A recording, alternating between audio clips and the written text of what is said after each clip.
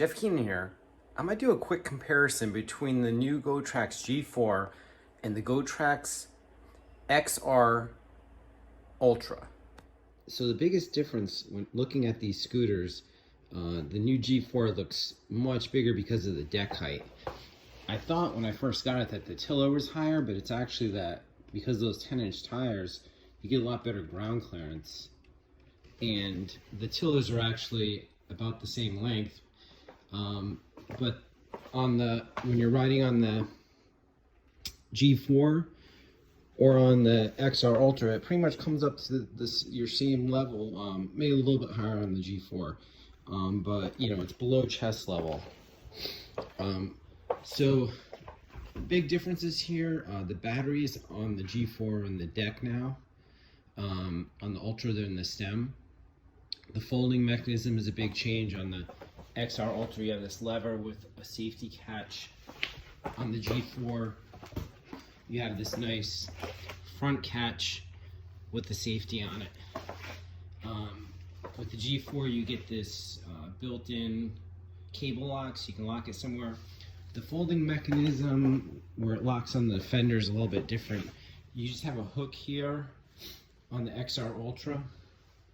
On the G4, it has like a little carabiner type latch there, so it's easier to attach when you're folding it. Now weight-wise, the G4 weighs about 10 pounds more, so it's definitely heavier. The deck's longer, so it's a little more comfortable deck. I still think the XR Ultra may handle a little bit better because of the lower deck, but the G4 has a better ride. Now, as far as speed, the XR Ultra maxes out at 15.8.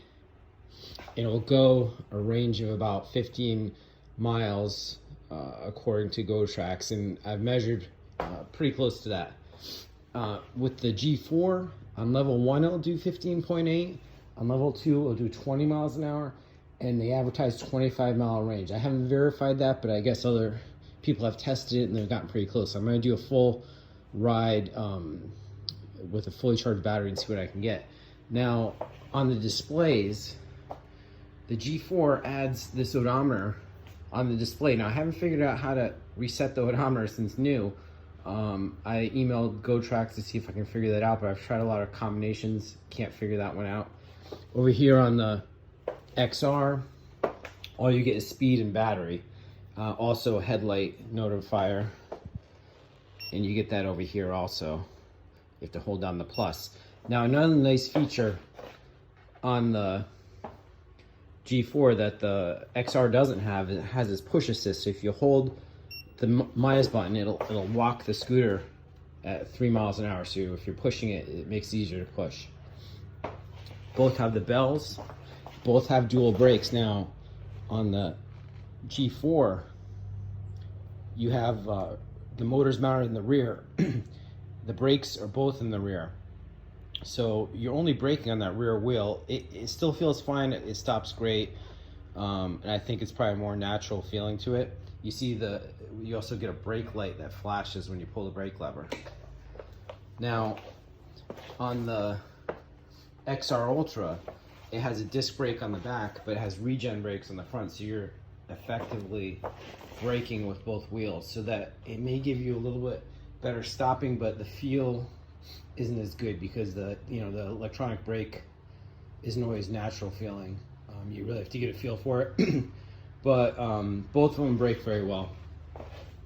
So there you go. There's a quick review on the new G4 versus the old XR Ultra. So there you go. There's a quick comparison of the new G4 from Gotrax and the XR Ultra. I'll put links to these below if you want to buy them or find out more information. And please remember to like and subscribe for more help with electric scooters, Wi-Fi, and tech products.